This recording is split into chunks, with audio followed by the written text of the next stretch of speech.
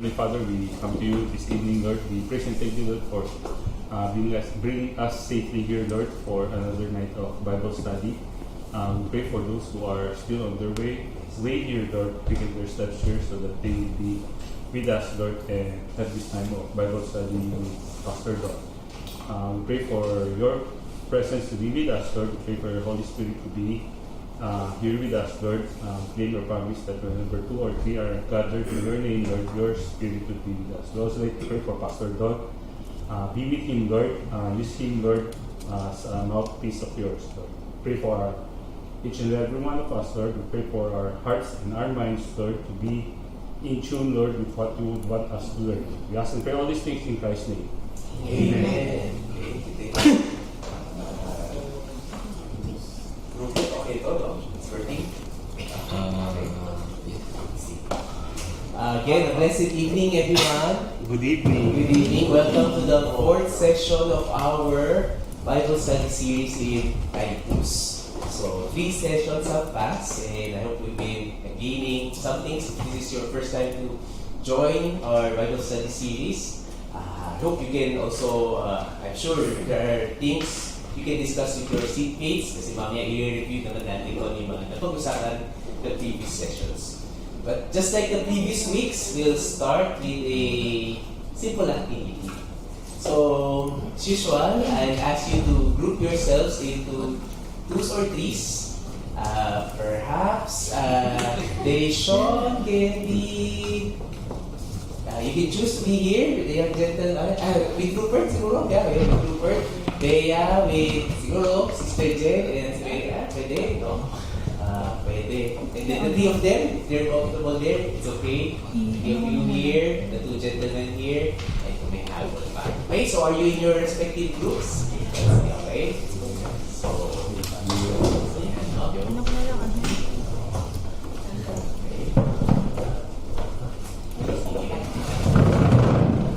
alright.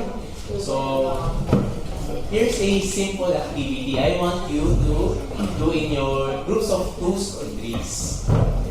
I want you to share an instance wherein a person of authority failed to provide you with needed instructions to succeed at the task. So imagine, siguro meron kayong project, meron kayong task, may mabuna, no? Meron na kanya na alam na yung sasagutin. But it can be a teacher, it can be an instructor, a boss that you have, a supervisor.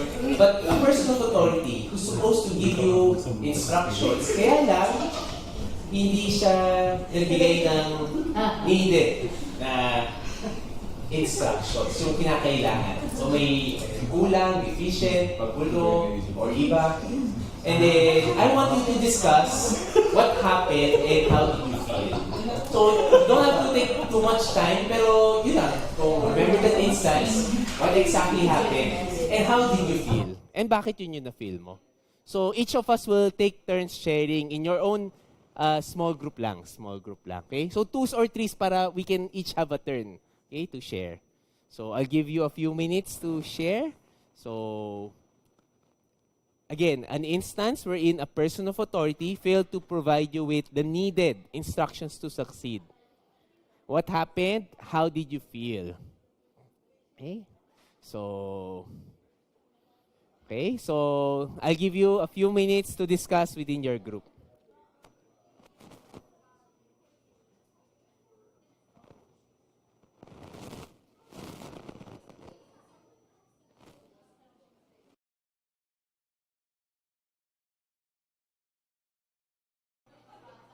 To share someone's experience from the group. Okay? Again, you don't have to tell us who experienced that. No? Walang laglagan. But you can share someone's experience from that group. Okay? So, why don't we start with the group of Sean in that table? Okay? So, you can choose. Sister Mary Ann will share. Oh, let's listen to them. Let's listen. Okay.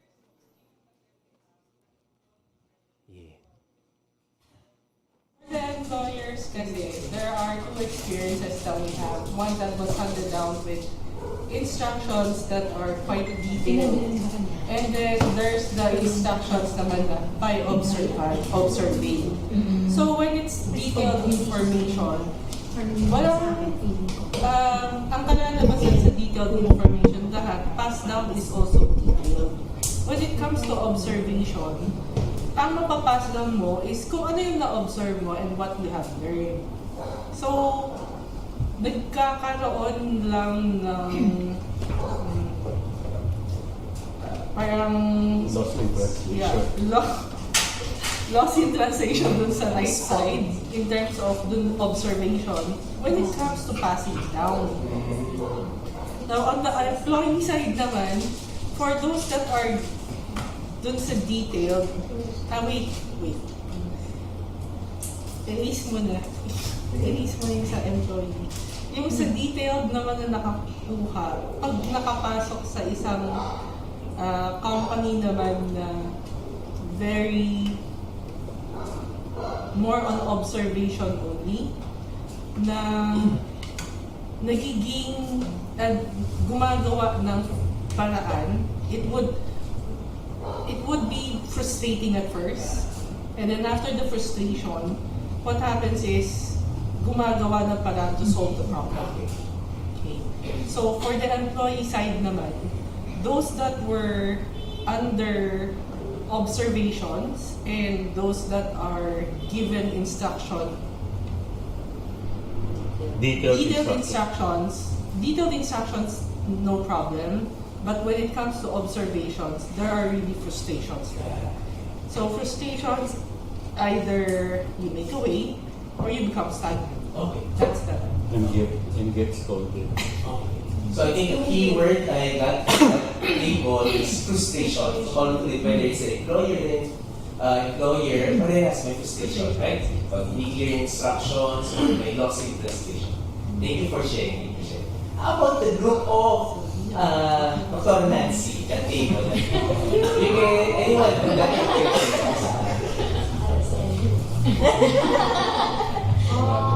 I won't share a particular story, but I think the feeling that everyone had after experiencing something like that was one of, there was slight anger, but then either way, you still have to do the task because it comes from a person of authority. So parang galit ka pero gagawin mo pa rin. So wala pang choice. So, ang hirap gawin. Right? The experience. No? And the possibility of failing, mataas din. Kasi hindi clear, no? Thank you for sharing. So, kaya medyo anger. Di lang frustration, may anger. Thank you for sharing. How about the table of Sila area?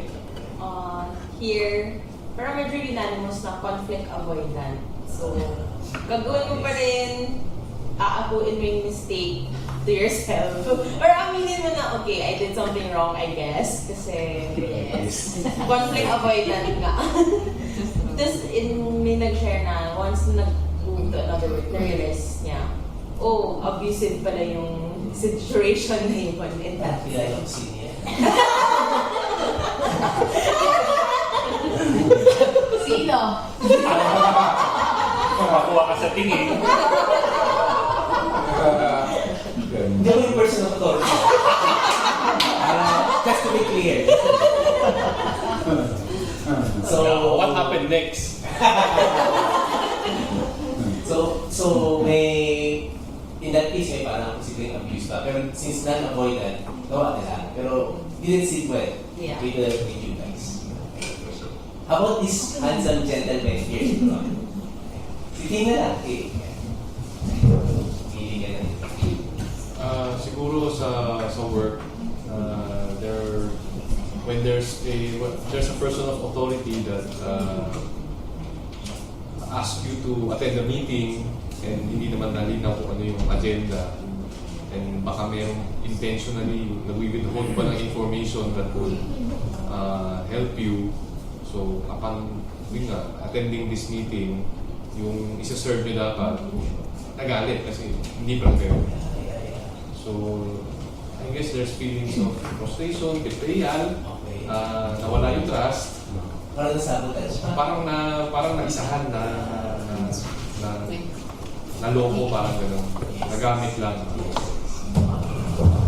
So that was a personal experience from one of you guys. Yes. So I think it's a common experience, right? There are times wherein people of authority fail to give proper instructions.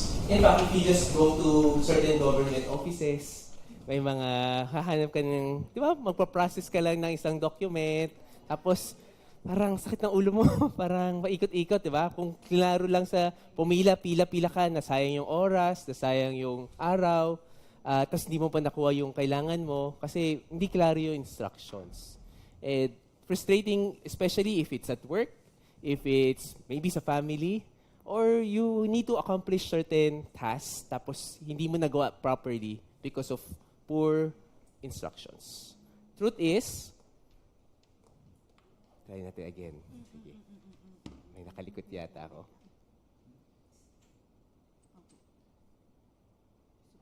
Isa pa. 1, 2, 3. Yeah. Truth is, none of us likes failing. None of us like to fail. Especially if it's due to poor or incomplete instructions. Nakaka-frustrate yun. Today, we'll look at important instructions to help believers succeed in living godly lives. Very, very important instructions that if we fail to pay close attention to, di natin magagawa, may execute. Failure to observe this would lead to followers of Christ failing to live their God-given purposes. And so what we'll do tonight is study a passage in Titus. We're now in chapter 2. I want us to read verses 1 to 10 together. Starting with verse 1, let's all read this aloud. You teach the older men to be temperate, worthy of respect, self-controlled, and sound in faith, in love, and in endurance. Likewise, teach the older women to be reverent in the way they live, not to be slanderers or addicted to much wine, but to teach what is good. Then they can urge the younger women to love their husbands and children, to be self-controlled and pure, to be busy at home, to be kind, and to be subject to their husbands, so that no one will malign the word of God. Similarly, encourage the young men to be self-controlled. In everything, set them an example by doing what is good. In your teaching, show integrity, seriousness, and soundness of speech that cannot be condemned, so that those who oppose you may be ashamed because they have nothing bad to say about us. Teach slaves to be subject to their masters in everything, to try to please them, not to talk back to them, and not to steal from them, but to show that they can be fully trusted, so that in every way they will make the teaching about God our Savior attractive. So we just read some very, very, very clear instructions which we'll study and dissect this evening.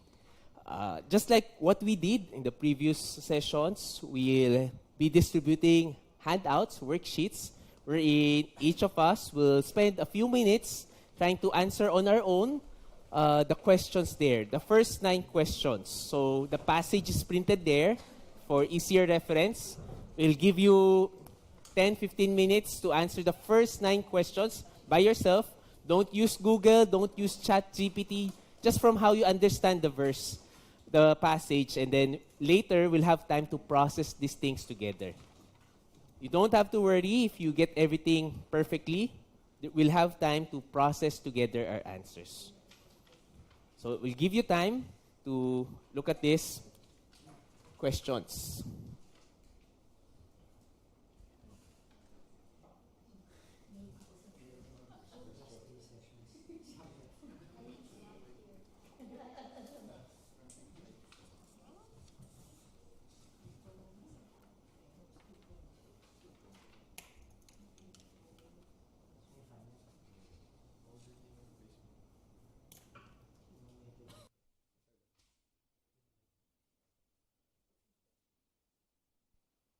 All right, finish or not finish? Let's have a rejoiner and let's discuss our answers together. Starting with question number 1.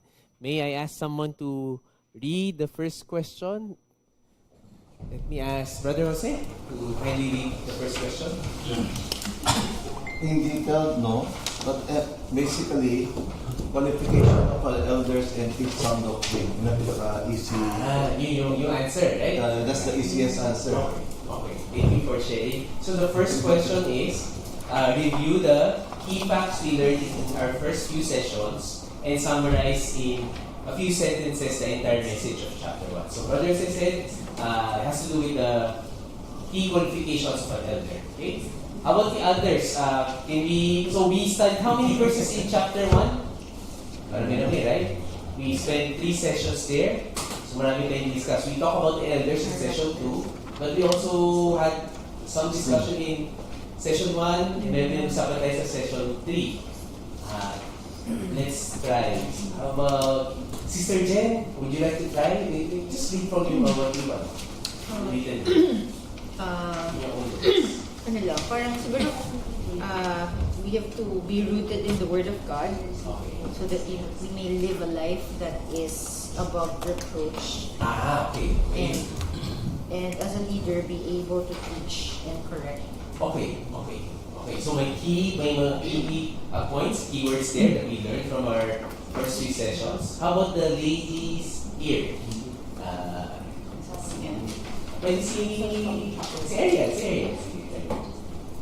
Paul left Titus and Pete to appoint others who are beyond reproach, to teach the acceptance and argument, and to root people in the Word of God. Wow. Okay. So she got the keywords mismo from the text, the things that we discussed, and she summarized the passage. How about this group, Brother Grant? Meron wanna try din?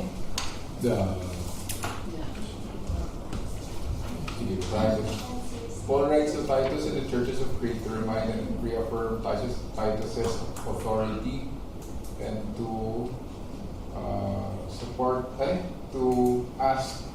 instruct Titus to appoint elders among the members. Elders are given a specific set of qualifications related to their public, personal, family life, as well as their competencies. Sorry. Tandaan. The elders will be there to address different challenges like incorrect teachings that have become apparent in their communities. Very good student. Very good.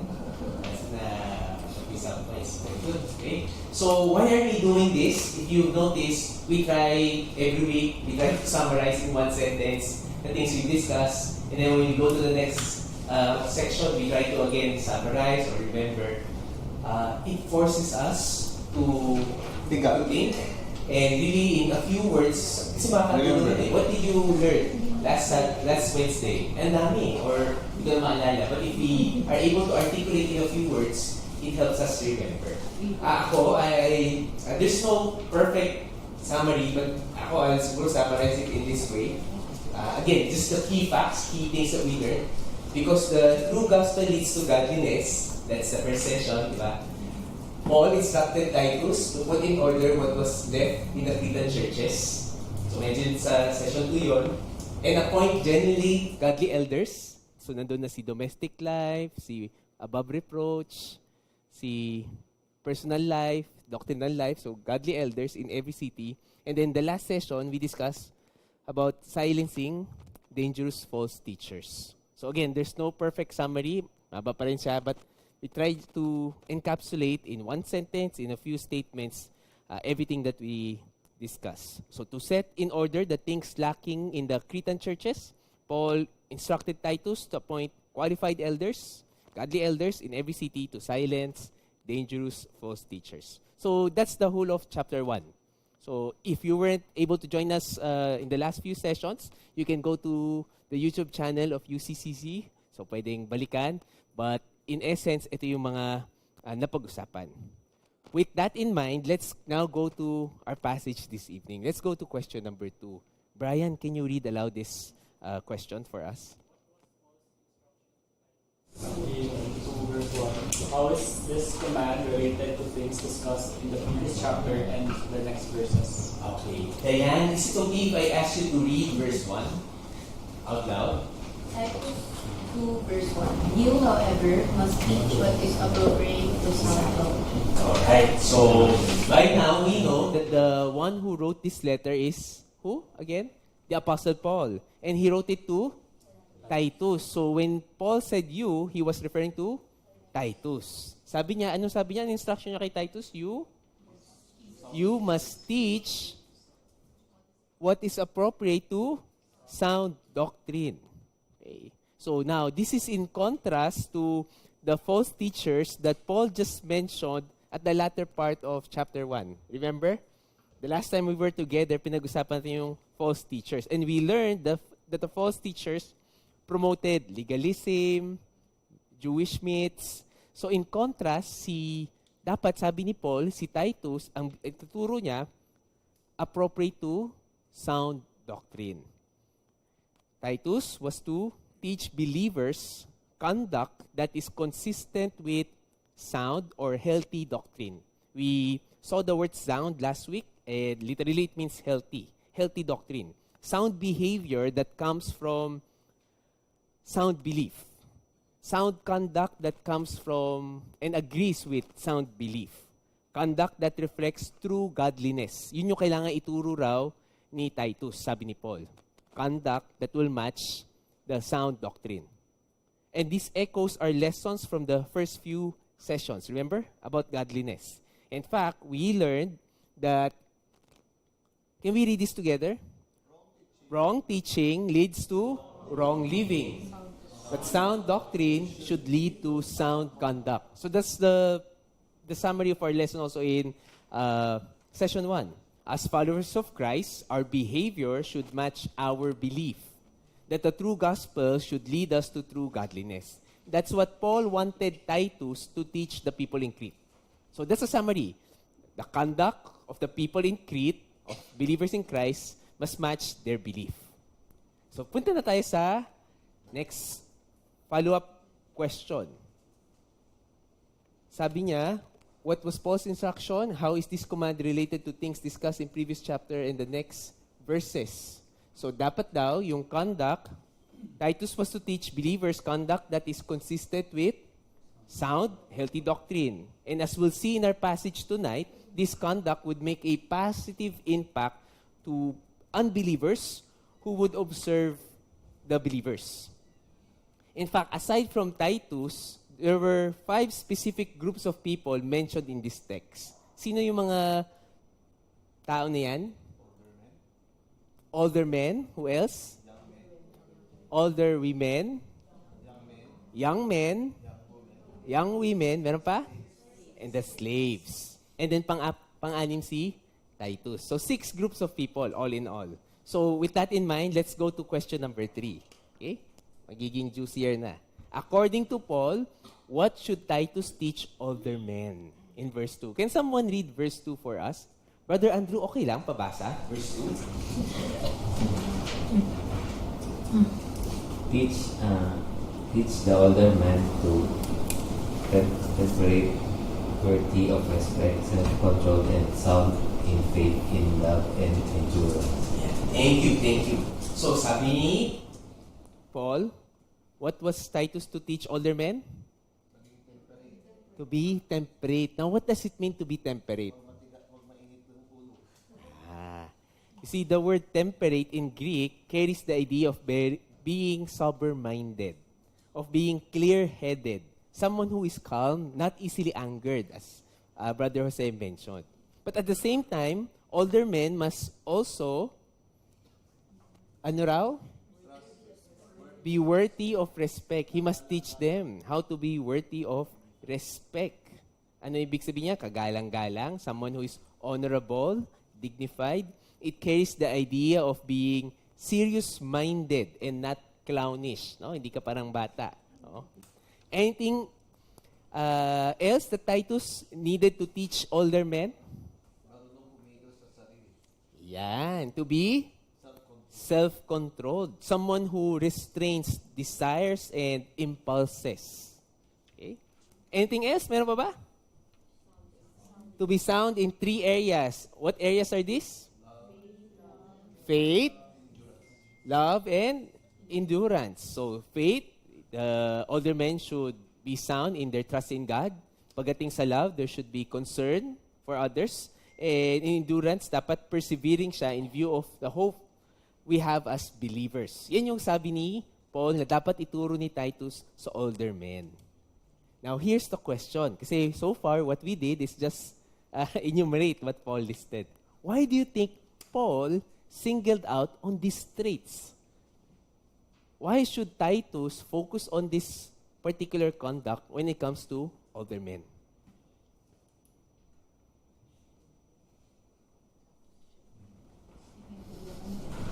What are these signs of? These are signs of maturity, sabi ni Grant. These traits are signs of wisdom and maturity. As older men are advanced in their age, they should also show an advancement in maturity. Hindi pwedeng tumatanda ka sa age, pero hindi naman tumatanda sa maturity. Sadly, that's not true of many elderly men. Agree? Many fail to exhibit these traits. In fact, habang tumatanda yung marami, many seem to be more immature. Agree? Now, Paul did not say what is the age of this group of elderly men, but for sure, senior citizens are counted, right? No, siguro naman, senior citizens counted then as elderly. Right? But even as we go above the age of 40, some of us here are above 40 already, I believe this should also characterize us, right? meron sa below 40, siguro mamaya, no? Tsaka yung near 40, pwede rin yan. Yung almost near 40, yan, no? Now, alam mo, very, very interesting tong pinopoint out ni Paul, ha? Kasi, it would appear that the command to teach these things means that these traits do not come automatically with age or over time. You'd expect sana, right? Over time, pag tumanda na yung mga people sa church, may mga kahit di elder Dexter, pero older people, di ba? In our church na nagmamature din sana. Pero hindi eh. Many expect that as people grow older, they'll be more mature. But that's not always the case, even among believers. Even if someone has been a Christian for decades, it doesn't necessarily translate to wisdom and maturity. Sadly. That's why older men need to be taught what is appropriate to sound doctrine. Yes, matanda na sila. Yes, matagal na siguro dapat din sila sa faith. But still, they need to be taught what is appropriate to sound doctrine. And Paul enumerated the traits, the conduct that is appropriate, that are appropriate for sound doctrine. Even as we are already in our 40s, 50s, 60s, sige, wala pa naman, no? And 70s eventually, we need to receive instruction still. Di natin pwede sabihin, alam ko na lahat yan. We are still to be taught and mentored. Not just growing in belief, it should translate to our behavior. That means, gentlemen, even if we may know a lot about the Bible, ang question is, does this show in our life? Does this translate to our conduct? Do people around us see godliness in our lives? Not just in our church. Actually, mas madali pag nasa church eh. Sunday, 1 hour, 2 hours, right? But throughout the week, when people see us at work, our family members, di natin matatago eh. Are we temperate? Worthy of respect? Are we self-controlled? Are we sound in faith, love, and endurance? Again, having the true gospel should lead to godliness. And the people around us know us very well. Having the true gospel should lead to godliness. Medyo mas mabigat yun this evening kasi it's very, very practical already. Last week, we were talking about false teachers. Now, it will be more personal to each of us. Just look at question number 4. According to verse 3, what instructions naman ang sinabi ni Paul, no? Binigay niya in terms of teaching older women. Kini yung mga elderly women siguro, ay, tama yan, tama yan. Oh, but now, ano ba yung sabi ni Paul when it comes to elderly women? Can I ask, Bea na lang. Bea, can you read verse 3 For us. Likewise, teach the older women to be reverent in the way they live, not to be slanderers or addicted to much wine, but to teach what is good.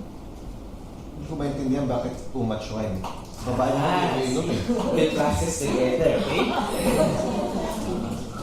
So, just as the older men may have their own set of temptations and opportunities, the same is true for the older ladies. Older women are, first of all, ano sabi ni Paul? What should Titus teach older women? Parang wala yatang battery, no? Mas may hina. To be reverent in the way that they live. They should give reverence to God in their behavior. This includes a suggestion of dress and how a woman carries herself. Very interesting. Dapat reverent siya in the way she lives. Anything else? Not be slanderers. Yes, wag maninirang puri. Now, interestingly, do you know what the Greek word for slanderers is? Yung Greek word niya is diabolos. It's where we get the word diablo, right? The same word for devils. So it is said that when people slander and gossip, they do the devil's work.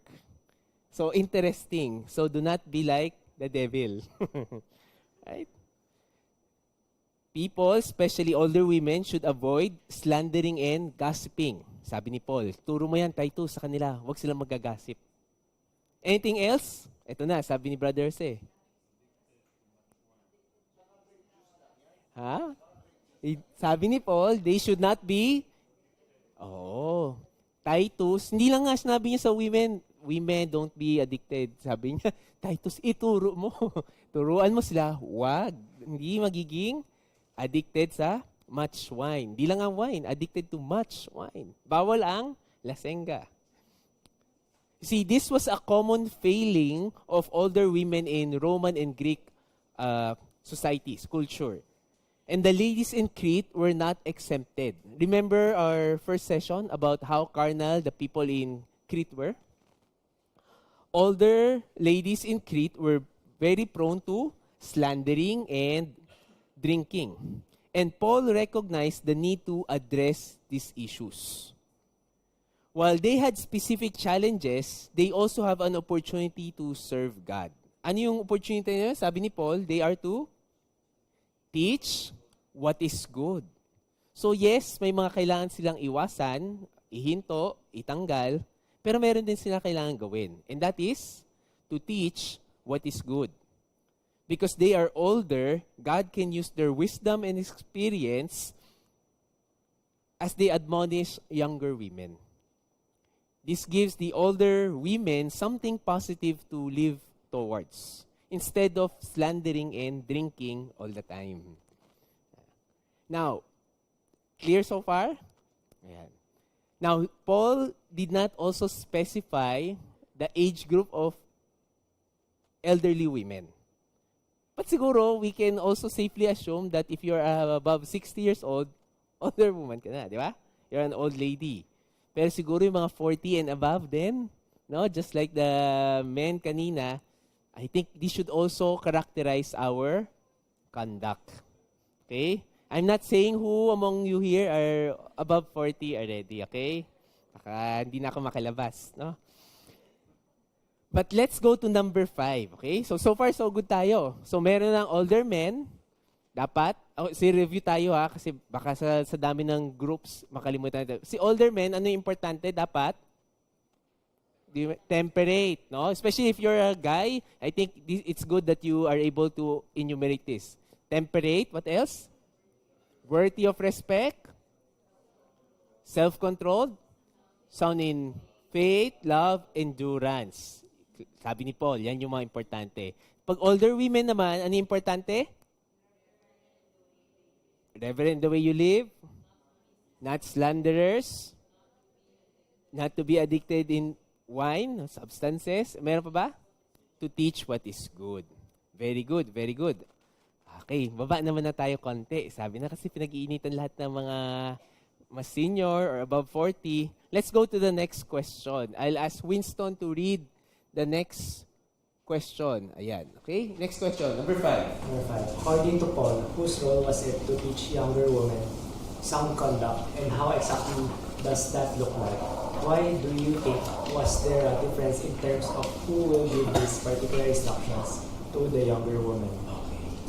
Can Camille read verse 4 for us?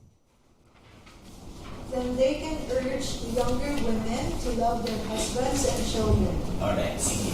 According to Paul, Who is to teach the younger women in the church? Older women, right? Klaro yun, no? Sinabi niya. And they are to teach younger women what?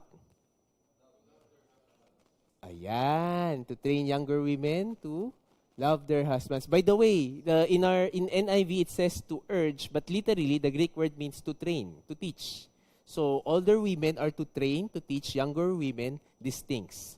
First, they are to train younger women to love their husbands, love their children. Meron pa? Be self-controlled, be pure, to be busy at home, to be kind, and to be subject to their husbands. Very interesting list of traits, don't you think? Anything that surprises you or stands out from this list? Bakit, Brother Jose? Bakit? Baka ngayon, no, mayroon. Pero, our generation. so, to be self-control, marami naman babae self-control. Saka marami naman Pilipino, they know how to love their husband and also love their children.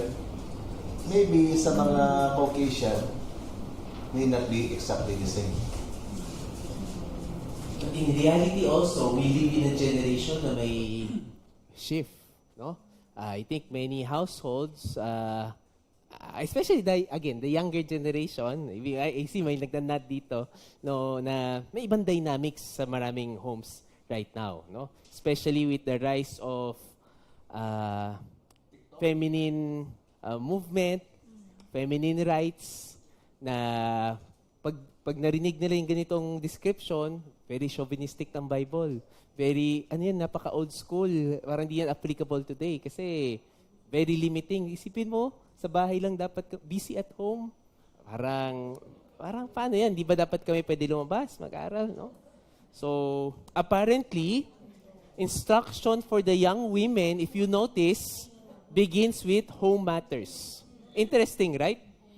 Paul started sa bahay. They must let love dominate their influence and assistance. Now, many of us are familiar with the command for husbands to, ano ba yung command sa husbands? To love their wives. And sa wives, ano usually narinig natin? Submit to your husband. Sabihin nila, wala namang command to love the husband, right? Di ba? Submit, pero mas mahirap sa laki. But look at what Paul said. Interesting, right? We hardly hear this, but sabi ni Paul, women are to love their husbands. And children, very important. No? Very important, no? I was talking to a church member last Sunday, and he was commenting. Sabi niya, bakit kaya sabi older women are to urge lang? No? Kasi siguro napagod, urge lang. Wag ano, hindi, nagbibiro lang siya. But they are to train younger women that they should love their husbands, love their children. They must be taught godly values like self-control and purity. Women said that they are to be busy at home. Now, this doesn't mean that they are to do all the household chores. Hindi yun. No? And syempre, iba yung culture nila dati. Pero hindi yun yung ibig sabihin na yun lang gagawin sa buhay nila. But they are to be producers of orderliness in their homes. God wants wives to make homemaking a priority. Tas niya yan eh. Si husband, leader, si wife, yung domesticated, yung sa bahay. Kaya very important yung homemaking. Last, they are to be subject to their husbands. Again, the emphasis on submitting to the leadership of the husband. Not because the husband is better, not because the wife is more inferior, but because that's God's created order. Why is it emphasis on the to be kind? Hindi ba kind ang mga mothers? O I mean, young woman mothers? I think in Crete, there are really parang may exceptionally carnal and kakaiba yung situation nila doon. And again, Roman and Greek culture, iba yung pinagkakabisihan nila. No? So it's a good reminder na important yan, no? As ladies. And we'll see in a while, bakit itong mga traits ang binanggit din. May purpose na binibigay si Paul. Again, to be subject to husbands, for many, this might be countercultural, especially these days. Many would not agree to that, would react. But older women have the responsibility to teach younger ladies. Now, for those who are moms here, especially if you have daughters, part ng responsibility natin is to disciple the kids in this area. That they themselves will grow up to be mature ladies in the Lord. So, question. If we are talking about these things, it means that the women there are not doing these things. So, what are they doing? Islam sila sa slandering and drinking. So, it means talaga, lasingga sila, saka makwento sa labas. Situation nila. Siguro they also have very strong personality. Because they're quite, the description for a Cretan is they're savage thieves, they're liars, so I think that's a society. Licentious. So we have to teach them how to submit. So again, ladies, We can compare ourselves, no? Minsan, uy, okay naman ako kumpara dito. But still, there are lots of traits that kailangan natin i-check. No? We compare ourselves against God's word. But here's what I want to raise up at this moment. Why do you think there's a difference in terms of who will give these particular instructions to younger women? Kasi again, to the older men, who will instruct them? Sabi ni Paul, si Titus. Right? Titus, instruct older men such and such. Tapos, to the older ladies, who will instruct the older ladies? Si Titus pa rin. Kay Titus yung command, di ba? Teach them, that. And then pagdating sa younger ladies, who is to teach them? Older women. Why the difference?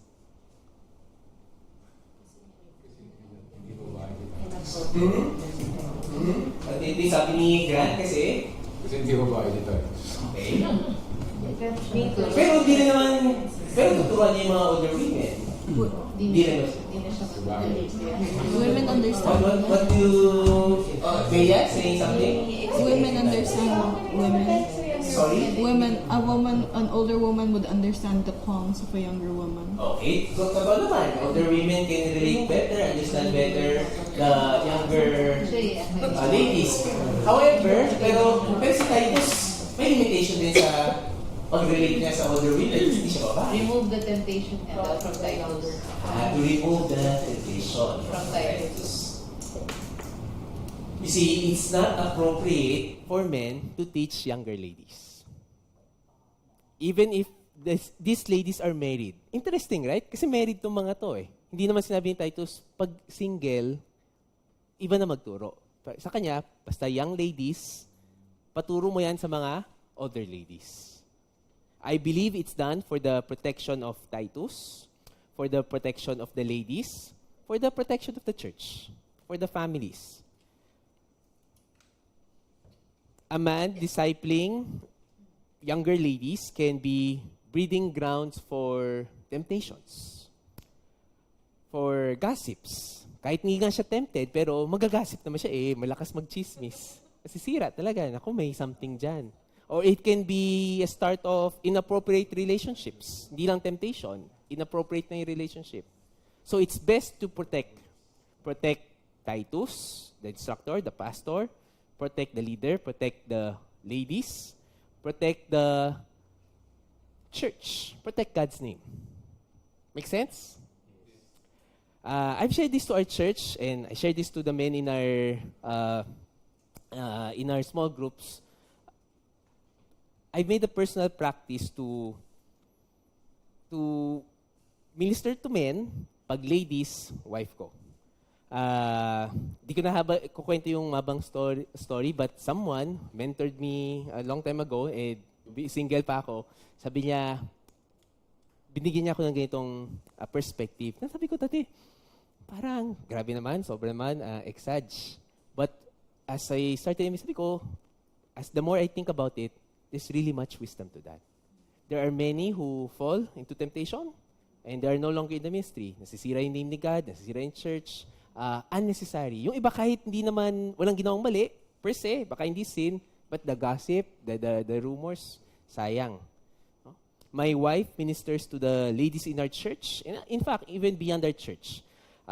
Except for the amas, older ladies that would message me, like yung the moms, yun, di ba? May message sa akin yung minsan, mom ni Winston. The rest of the ladies, lahat, either direct sila kay Tiff, or we always have a group chat. So when I speak to Camille, I have Camille plus Manaleses. So when I talk to people, it's always via group. Kahit ako yung kakausapin, or ako lang may message, we'll do it that way. That way, there's always a visibility for each of us. Everyone can see what we're discussing and all. It's for the protection of everyone. Myself, my wife, that lady in our church. If you look at our threads, ganon lahat. For couples, I would do that. I made also a practice that we encourage not to bring ladies na kunyari mag-drive and all. Hindi ko na lang ihahatid. No? Again, minsan parang ang heartless, pero again, it can be breeding ground for rumors. So, may ibang way naman. Either pasamahan ako ng isa pang tao, my daughter, or siguro si Tiff, or si Tiff na lang maghahatid, or grab na lang. No? Parang pangit, pero protect mo na lang. Protect mo siya, protect mo sarili mo. Kahit libre mo na lang siya, ipag-grab mo. There are other ways, no, to minister effectively without compromising certain things. Our social media accounts, our Facebook, our Instagram are all shared. So isa lang yung account namin ni Tiff, no? If lady needs counseling, I make sure kung pwede si Tiff na mag-counsel, siya na. But if needed na kasama ako or dalawa kami. And it will always be in a public place. So these are some practices we've adopted. I'm sure baka may mga iba pa kayo maisip, but we really encourage people to do that, especially the men in our church and the ladies also, to be careful with these things. I do this to protect myself, the other party, and the church, and ultimately God's name. Again, younger ladies, even if they are married, are meant to be discipled by whom? Older ladies and their respective spouses. Yung husband, sana kung believer si husband, siya yung leader, siya yung main discipler. It's not the pastor or the other man, technically. Make sense? Now, in verse 5, Paul gave also a reason why the older women must teach the younger women. Ano yung sabi dyan sa verse 5? So that no one will malign the word of God. Ayan. So that no one will malign the word of God. This shows how important it is for the older women to teach these things to younger women. And it's also important for the younger women to learn from older ladies. Kasi it has to work both ways. Dapat willing din yung younger ladies, right? The word malign means to speak evil, to discredit, to blaspheme. In other words, Paul is concerned that the gospel message can be dishonored by the ungodly behavior of God's people kung hindi sila nag-iingat.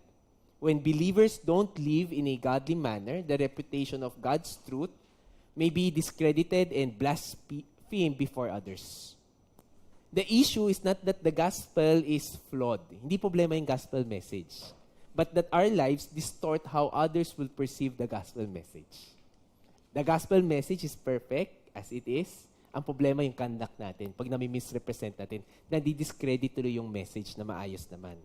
Outsiders may say that the gospel does not work or that Christianity is hypocrisy because corrupt yung lives natin. That's why, again, it's crucial for older ladies to train younger women, to love their families, to be self-controlled and pure, and to be diligent homemakers. When we fail in these areas, we discredit our witness to others. Make sense? Okay. Number 6. Doon naman tayo sa kabila. Kasi puro younger ladies eh. Doon tayo sa number 6. May I ask Rupert to read this aloud, yung question? According to Paul, what was Titus exhort to the younger men? Why do you think there was a focus on this one area? Ano yung sabi ni Paul in verse 6? Similarly, encourage the young men to be self-controlled. Who is to teach the younger men? Titus, no? And ang tuturo niyang trait is to be self-controlled. Interesting, right? With all the discussion of how people should behave, it's interesting that the young men are only given one thing. Right? To be self-controlled. Bakit? No? Literally, to be self-controlled means to be in the right mind. That's what it literally means, in the right mind. It describes someone with the mind that has everything under control. Here's a statement from one scholar. We can read this together. Since young men are inclined to be somewhat impetuous and unrestrained in conduct, their basic need is to be self-controlled, cultivating balance and self-restraint in living and practice. Grabe, no? Di ko alam kung dapat ma-flatter ang mga young men dahil isa lang, or it's a knack also of yung tendency, yung poor character, yung sinful nature natin na pagdating sa self-control. Look at this next photo.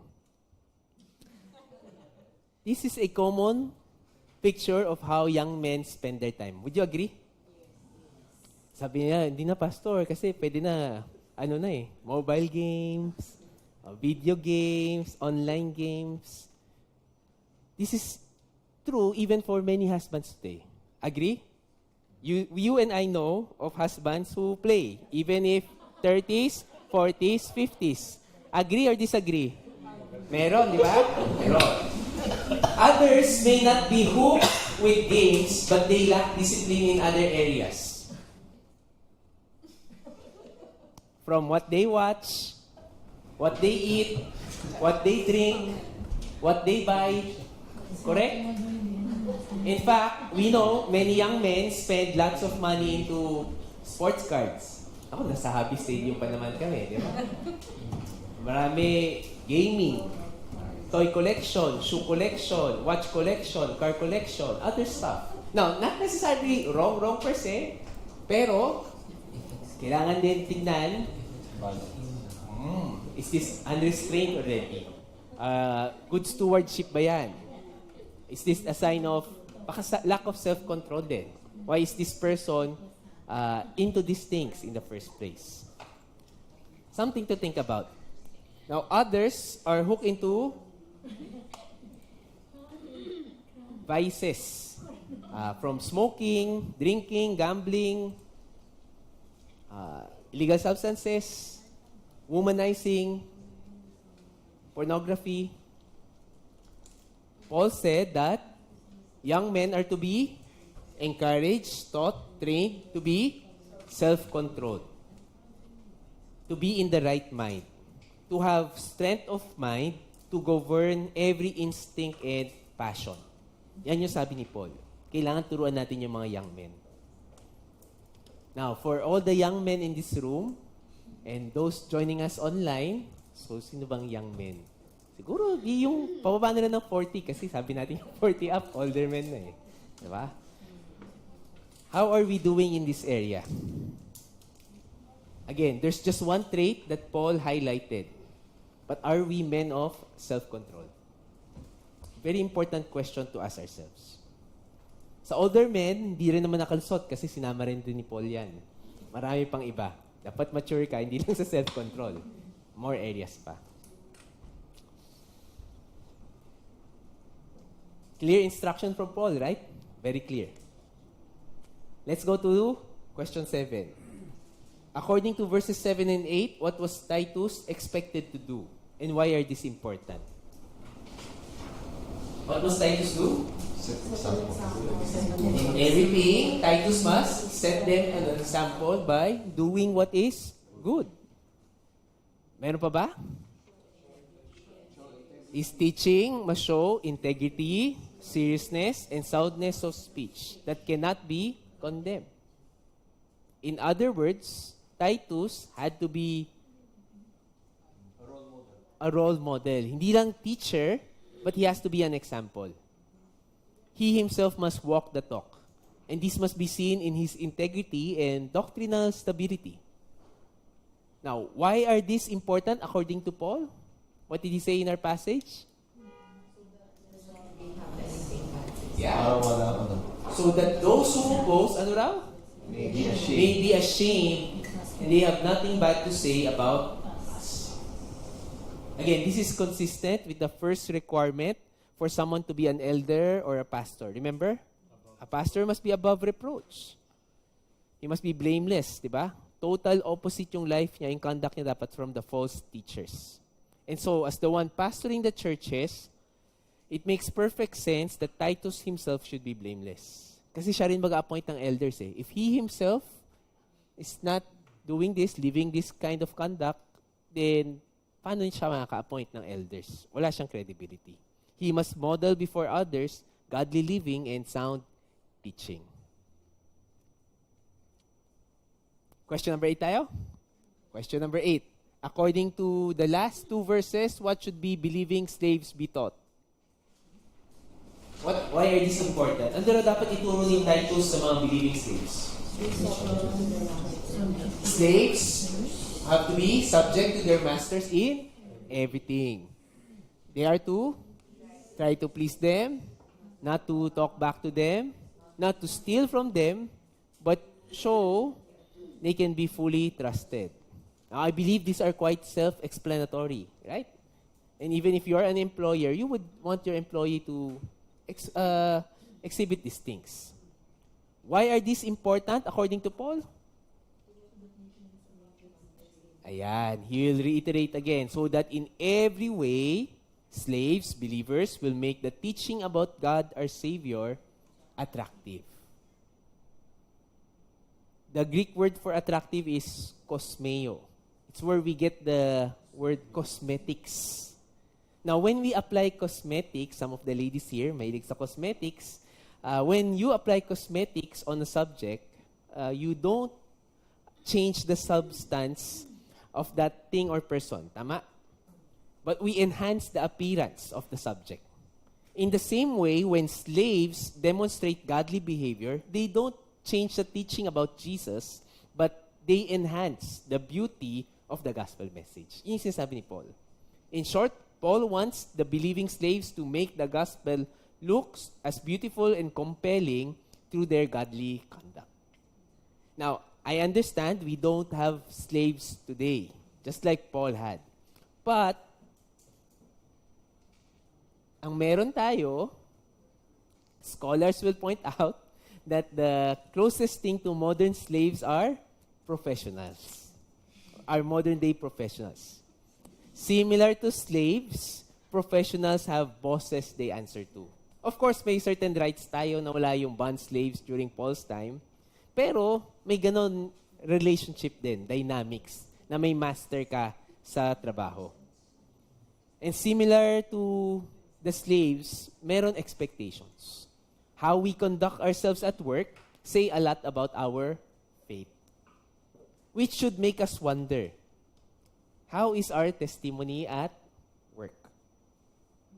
As employees, do we submit to our superiors? Sila yung master natin eh. Do we do our best at work? Do we talk back to people, at people? Right? Do we steal from work? Sabi kanina, slaves should not steal. You know, stealing can be in different forms. Perhaps you're thinking, hindi ka naman nagnakaw ng pera as an employee, but you may be stealing in other forms.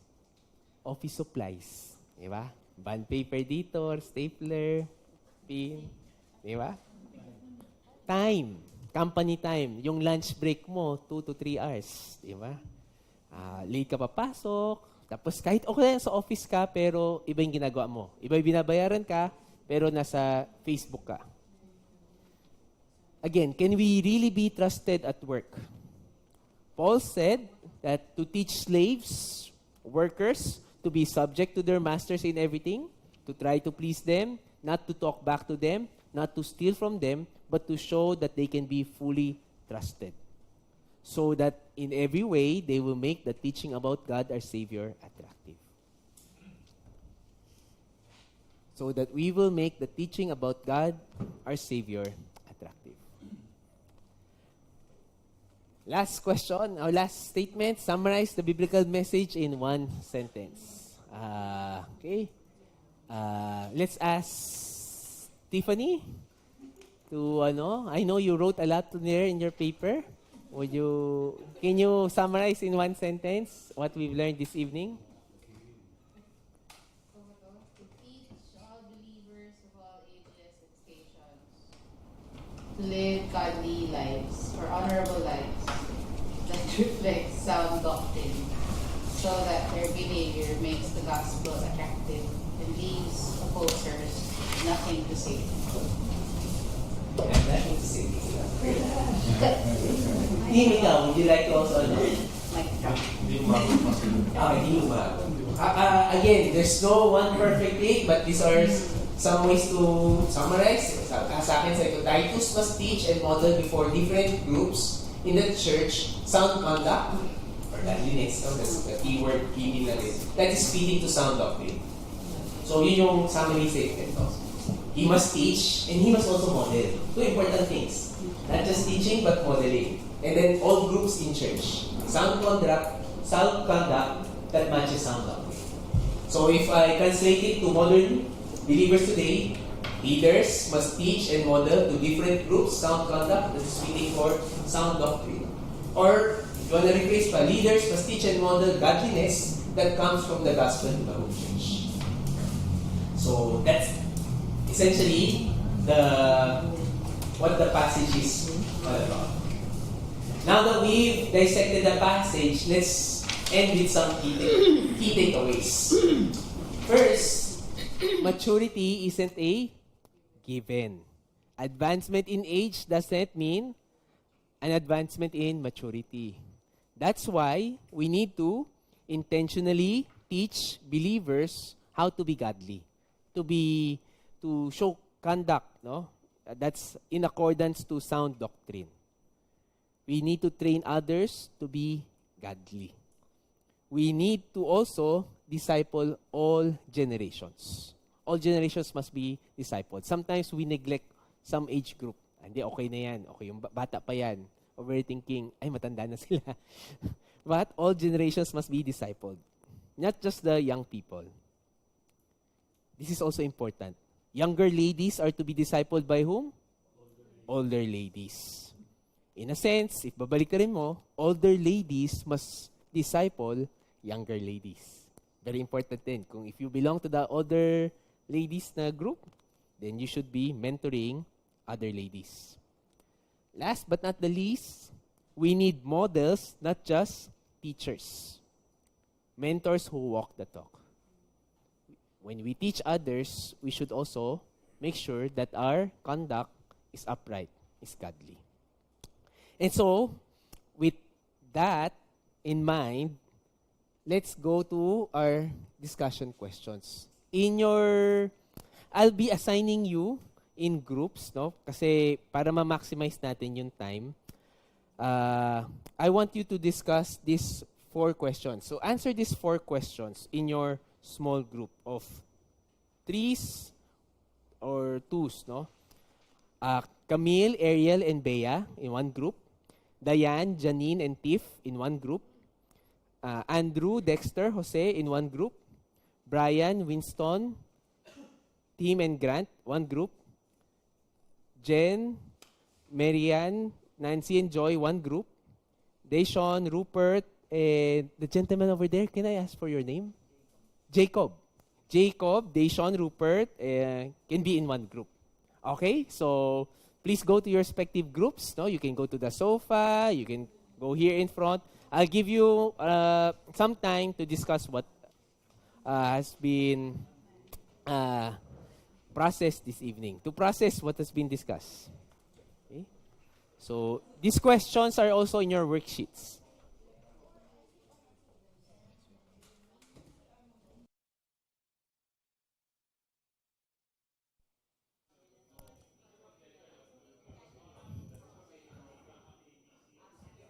All right. Okay. No? I think for this evening, we had extra meaningful conversations in our respective groups. I think I know why.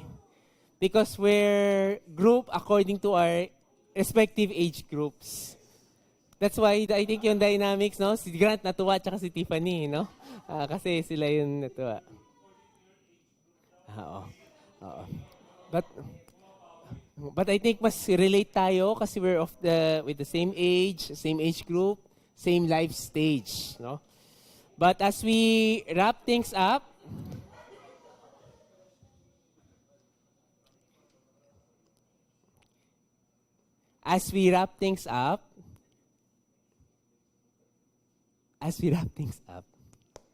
again, maturity is not a given. So Paul gave clear instructions, no? Very clear that we are to teach and model godliness. So let's teach and model godliness that comes from the gospel. Let's teach and model godliness that comes from the gospel. Let's pray.